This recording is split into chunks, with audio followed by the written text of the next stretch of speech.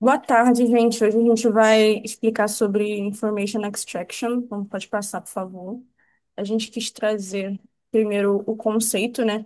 Então, só relembrando sobre dados não estruturados, semi-estruturados e estruturados. Então, os não estruturados a gente está lidando com imagens, áudios, PDFs e Information Extraction é justamente para a gente conseguir passar tanto os não estruturados e os semi-estruturados para algo já estruturado que a gente possa usar com mais facilidade e tem uma manutenção mais fácil de lidar mesmo. Então, estruturado seriam tabelas e planilhas, e isso facilita, né, quando a gente está usando o LLM e tanto para armazenar muitos dados. Então, Information Extraction é justamente esse processo. Pode passar, por favor. Agora, quando a gente fala de tipos de information extraction, a gente quis separar esses quatro. Então, primeiro, Named Entity Recognition é justamente identificar entidades dentro desses dados não estruturados. E aí eu queria trazer assim de exemplo, né? Se a gente pensar na frase, a partir de dezembro, por exemplo, o César Tralli vai ser âncora do Jornal Nacional. Então, quando a gente pensa nessa frase, a gente tem dezembro, né, que é a data, César Tralli, o nome dele, âncora e Jornal Nacional como entidades. Já falando da Relation Extraction, é para identificar relações. Então, na mesma frase, né, que ele vai ser âncora do Jornal Nacional, a gente tem essa relação de que o César Tralli e o Jornal Nacional estão relacionados como ele sendo o âncora. Agora, quando a gente fala de eventos, a gente pode pensar, por exemplo, que o Lula vai participar da conferência COP em novembro, e aí a gente sabe justamente por conferência que ele vai ser um dos participantes, né? E qual é a conferência, quando vai ser, esse tipo de coisa. A última seria Sentiment Analysis, que é justamente a gente conseguir usar palavras que a gente usa no nosso cotidiano e conseguir extrair sentimentos, né? Emoções delas. É, se a gente for pensar num exemplo, pensando que commits, a gente usa às vezes erro, bug, e a gente poderia colocar tanto um sentimento positivo porque você está dando o fix, quanto um sentimento negativo porque você justamente encontrou alguma coisa errada no seu código, né? Pensando de uma forma simples assim. Pode passar, por favor. E aí, por que Information Extraction é importante, né? A gente trouxe aqui três motivos. Recuperação de informação seria essencial justamente porque os modelos como ChatGPT, Gemini, Copilot, eles usam Retrieval Augmented Generation, né? Que é justamente recuperar documentos relevantes, dados importantes para ele conseguir responder sua pergunta e depois extrair as partes mais importantes para ele gerar a resposta mesmo. Então, quando a gente pensa nas LLMs, é extremamente importante que exista information extraction para que a gente consiga alcançar maior precisão quando eles estão respondendo alguma coisa. Pensando em data-driven decision making, né? As empresas hoje em dia têm esse conceito forte de fazer uma decisão muito baseado em dados. Então, é muito interessante que hoje em dia a gente consiga extrair de PDFs, relatórios, no geral, e conseguir juntar essas informações em dados que a gente possa passar para visualizações mais claras, né? Como gráficos, relatórios, enfim, com esses dados mais estruturados. E aí, por último, seria justamente a alimentação dos sistemas de IA. Então, como eu disse, né, eles fazem essa pesquisa usando o Information Extraction. Então, hoje em dia, os chatbots, eles aprendem a fazer Information Extraction de forma implícita. Então, quando a gente manda um PDF, um artigo, uma planilha, eles vão fazer essa extração para a gente, para conseguir responder o que a gente deseja. Próximo. E daí, como funciona? A gente trouxe três técnicas, né? Principalmente pensando nessa análise de dados, tanto com IA, enfim, essa rotulação de entidades é muito importante para que a gente consiga armazenar tudo em dados organizados e consultáveis. Então, vamos passar para a gente ver. de forma mais específica, começando com a rule based, seria um pensamento mais simples, é mais usando o regex mesmo, então é, não é para nada muito grande, mas isso ainda é usado ultimamente, atualmente, perdão, porque as empresas continuam tendo dados muito formatados, vamos falar assim. Nem sempre a gente está lidando com fatores totalmente não estruturados, então é bom que a gente continue usando o regex, porque tem momentos que são muito importantes, eu acredito que principalmente em empresas. Falando de classification, né, a gente treina modelos para classificar as frases, parágrafos, e é usado principalmente em relation extraction e sentiment analysis. O sequence labeling é o mais usado atualmente, porque o modelo ele vai ler uma frase e ele vai marcar cada parte dessa frase com a sua função ou seu significado. Então, primeiro ele divide o texto em tokens, que são geralmente palavras, e daí ele vai analisar o contexto de cada um desses tokens. E daí, cada um desses tokens ele vai receber uma etiqueta, né? Um label que vai descrever. Então, se a gente pensar na frase que eu tinha dito do Tralli sendo âncora do Jornal Nacional. Então, César poderia ser o início do nome dele e Tralli o final do nome dele. Isso poderia ser marcado como esse tipo de label, né? Então, início da pessoa, continuação da pessoa, por exemplo. E aí, Jornal Nacional como organização. E aí, se a gente colocar a data, a gente pode dar uma label de data também. E aí, isso vai ser principalmente usado para Name Entity Recognition, como eu já tinha dado o exemplo do Trali antes. E aí, passando para o próximo slide, a gente trouxe alguns desafios do Information Extraction no geral, né? Então, formatos de dados diversos e desorganizados, porque muitas vezes você vai ter que usar diferentes técnicas para você conseguir ter uma base de dados estruturada e realmente organizada, porque você está lidando com vários componentes diferentes para conseguir informações importantes ali. Então, linguagem natural ambígua, nem sempre a gente está falando, escrevendo algo que realmente quer dizer, né? Então, a gente sabe que as palavras têm múltiplos significados e é difícil quando a máquina não entende a mesma coisa que a gente. Manutenção e adaptação contínua, né? A evolução está acontecendo de forma muito rápida, então é bom que as pessoas que estão utilizando qualquer tipo de inteligência artificial, elas consigam se manter atualizadas.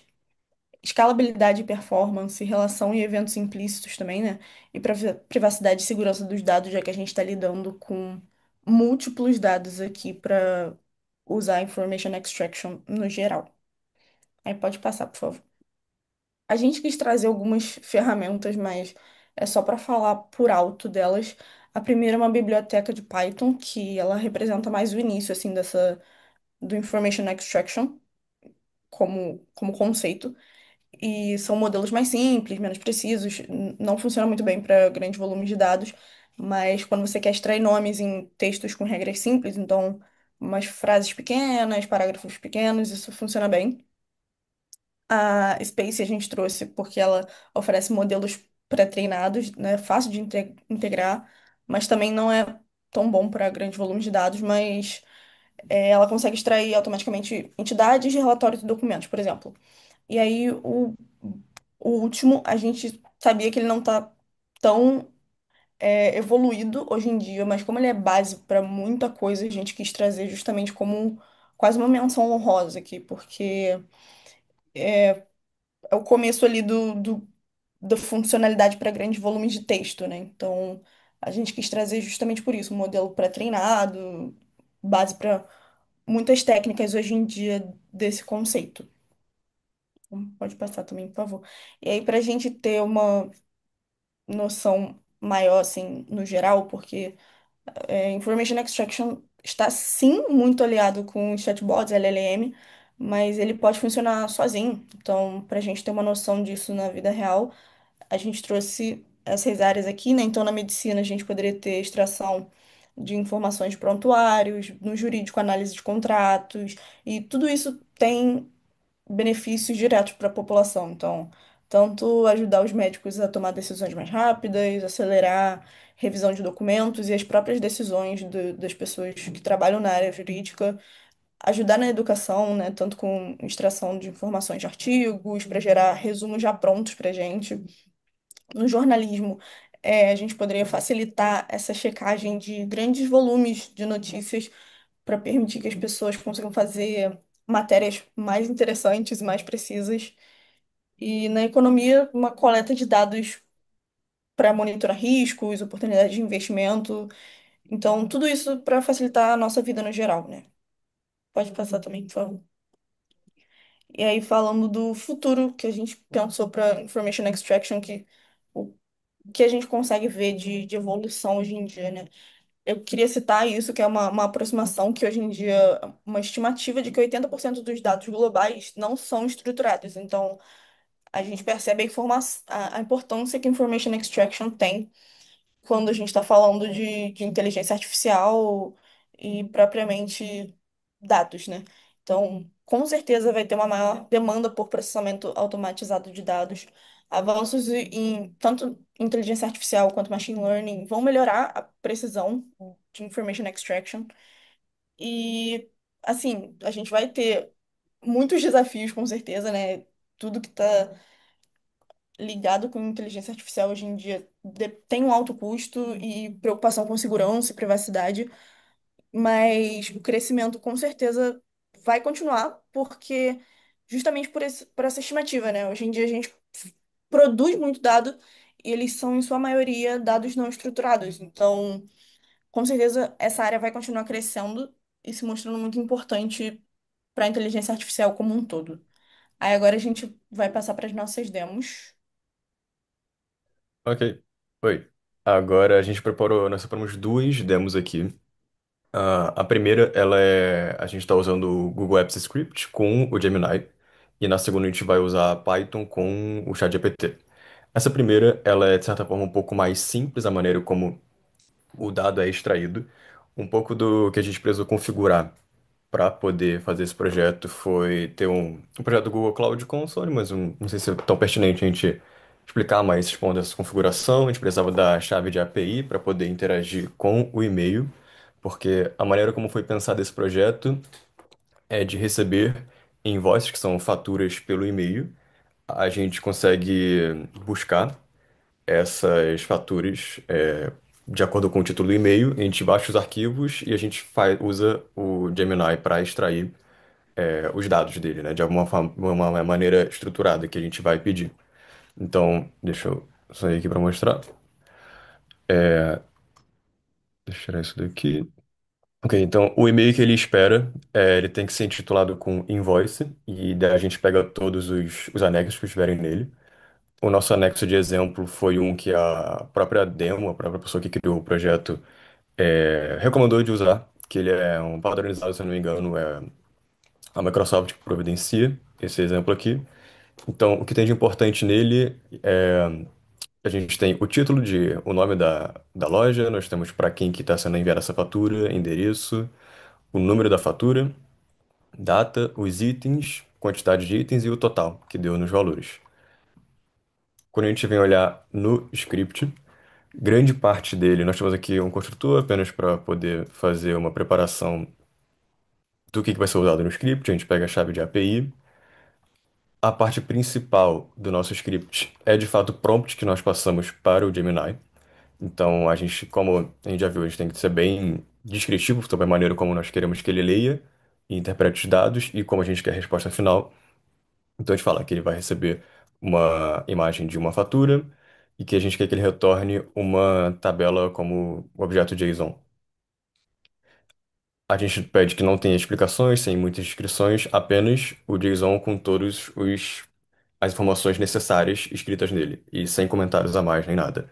Então, o que nós pedimos é o título da fatura, a data, o número da fatura, o nome de destino, o endereço, total de custo e a tabela de todo a maneira como nós queremos, que é uma tabela uma array de duas dimensões.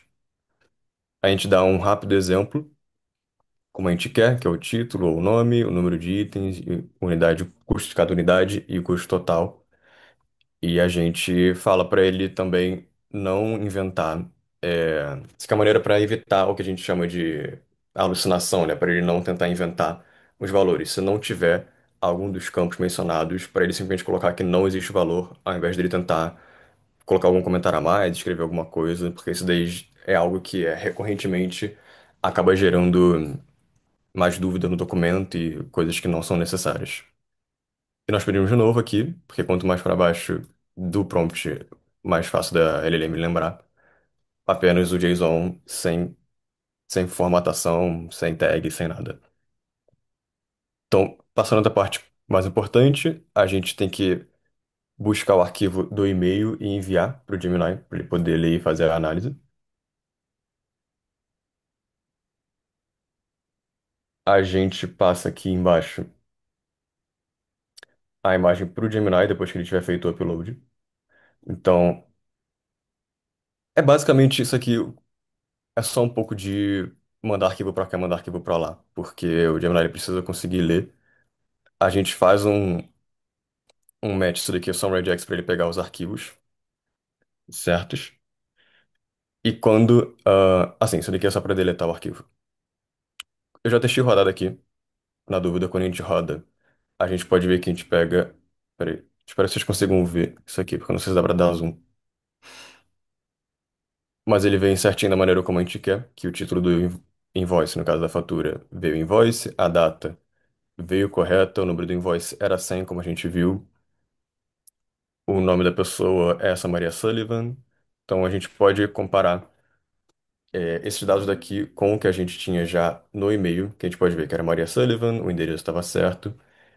E a partir desse daqui, que é um projeto bem básico, só que o principal que a gente percebe, porque esse dado aqui em JSON, ele é bom para ser usado se fosse só mantendo em cima dos computadores, que é uma maneira muito boa de ler dados em JSON. Só que se a gente quiser utilizar esse dado para nós mesmos, a gente teria que implementar uma outra função mais simples para poder formatar isso em uma maneira de um texto mais livre, um pouco menos estruturado do que o JSON. Então, esse é o resultado que a gente consegue da primeira demo. Eu acredito que se a gente rodar agora, ele deve funcionar.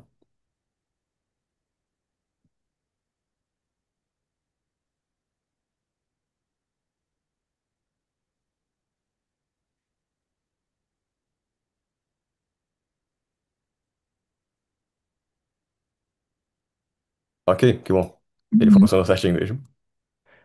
É, então agora para nossa segunda demo, que é essa daqui. Aquela a gente estava extraindo dados de faturas, essa aqui é de recibos, e tem algumas similaridades. Então, esse também usa o Google Cloud, porque a ideia dele é que a gente faça upload desses recibos para o Google Drive. E a gente vai se comunicar com o Google Drive para baixar esses arquivos, usar a, a API do ChatGPT, sabe, da OpenAI, para poder extrair os dados e também ter um output em formato JSON. Bom, novamente a gente precisou fazer umas configurações no Google Cloud Console, a gente pegou a API do próprio Google Drive, tinha que ter uma chave de API da OpenAI e dar acesso a um usuário específico do nosso console do Google Cloud para essa pasta, né? Que tinha que criar uma service account no Google Cloud e daí a gente dava acesso para permissão para ele para ler ou editar. Feito o upload de. Peraí, tirar o negócio do zoom. Feito o upload do recibo, que é esse daqui. Por sinal, ele é bem completo também. A gente tem todos os dados de onde é, qual a loja, endereço. Temos data aqui embaixo, temos todos Uhum. os itens, temos até a taxa separada, então tem o valor antes da taxa e depois da taxa. Deixa eu pegar o código, porque esse daqui ele é mais interessante, ele é mais elaborado. O que acontece? A gente tem, nesse aqui a gente usa dois modelos de ChatGPT. O primeiro, esse projeto inicialmente usava exatamente o modelo GPT-4 Vision, se eu não me engano, mas esse daí já foi, já tá mais É, antigo. Então, descontinuar. exato, descontinuado, perfeito. Então, mudei para o GPT-4o. E ele também ele faz extração baseada nessa visão do for all e depois a gente pega o que o for all extraiu para formatar com o GPT 3.5 Turbo. Então, essa primeira parte aqui é apenas a extração de dados. Então a gente vai buscar os arquivos para poder extrair todo o dado que a gente quer. A gente faz uma preparação do dado para LLM, mas deixa eu pegar o que é interessante aqui. Aqui a gente faz um parsing do dado da maneira como a gente quer, que é pegar os detalhes do arquivo. A gente tem que pegar o nome do arquivo, a gente pega o tipo e o ID também, que é algo que a gente até usa aqui no meio, dentro dele, só que não é algo exposto pra gente, que é só um ID do arquivo no Google Drive, e o texto extraído, como a gente consegue. Então, nesse código aqui, já estamos convertendo os bytes da imagem que foi lida para texto. A gente pode tanto enviar PDF quanto JPEG. E viemos para cá, esse daqui. Aqui é uma parte que a gente usa um pouco de few shot learning com o GPT 3.5, porque a ideia é a gente vai gerar um arquivo JSON, que a partir da primeira leitura que a gente fizer do recibo, ele vai gerar uma estrutura padrão da maneira como foi encontrado lá, e vai gerar 10 exemplos para fazer um rápido treinamento para poder garantir que a resposta final seja bem estruturada e exatamente como a gente quiser. Se for parar pra pensar, não é necessário esse treinamento rápido para o nível que está hoje em dia das LLMs, ela provavelmente entenderia rápido em um próprio prompt, mas é para garantir uma melhor assertividade desses exemplos, né? O que é gerado quando eu leio pela primeira vez é esse arquivo aqui. Então, ele já consegue extrair tudo e coloca para maneira de JSON, como a gente pode ver. E todos os itens estão listados aqui perfeitamente. Aqui em cima a gente tem o nome da loja, o endereço, qual que foi a data que ele já pegou também. Subtotal, ele pegou a taxa certinho e o total depois da taxa. Ah, aqui o ID que ele pega também. Deixa eu descer aqui, que acho que é nesse aqui. O prompt que é usado, que é esse daqui. A gente também, ele lembra um pouco o prompt usado anteriormente na outra demonstração, na outra demo, que a gente também pede para ele, a gente passa a instrução de que falando que ele é um especialista para extrair informação de recibos e dado o recibo que ele receber, ele precisa extrair exatamente esses dados aqui, que a gente vai listar nome, endereço, nome e custo de cada item, a data quando foi, e a gente pede o formato da data também, que ele vai colocar certinho pra gente, total antes do imposto, o imposto e o total pós-imposto. Aqui, como eu comentei, esse aqui é mais explícito, a maneira que a gente quer evitar a alucinação, que a gente fala para ele não tentar adivinhar nenhum item, se não tiver a informação, coloca NA, e a gente fala novamente sobre qualquer circunstância, siga as instruções que foram dadas, para que a gente receba a ideia, o resultado esperado. Aqui a gente tem, pelo que eu entendi, isso daqui foi algo que a pessoa quando criou era do Pydantic, que a gente usa o function calling da OpenAI, Uhum, que a gente vai estruturar qual que é o output por aqui também.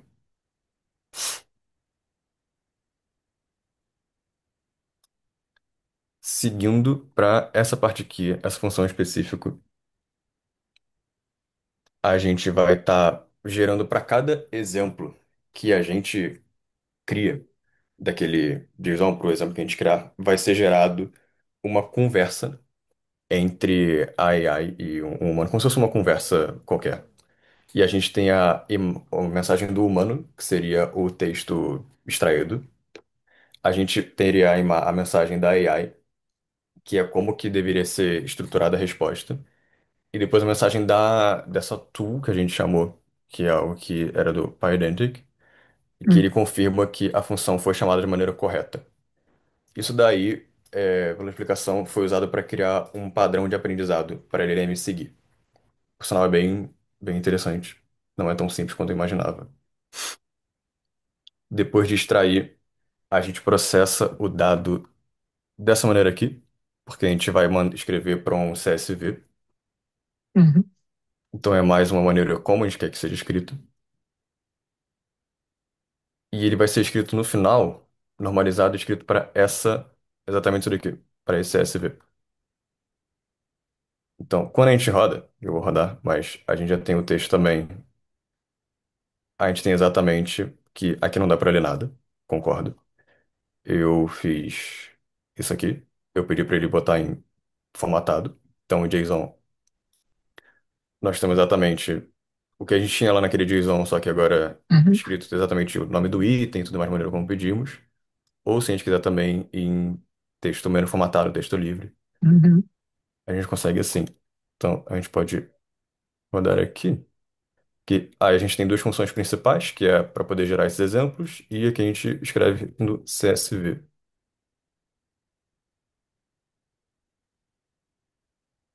Ok, que bom, ele foi rapidinho porque eu rodei há pouco tempo, então já estava ativo lá. E bom, é isso. Nós conseguimos rodar os dois, as demonstrações, que bom. uhum. Acho que é isso. Obrigado.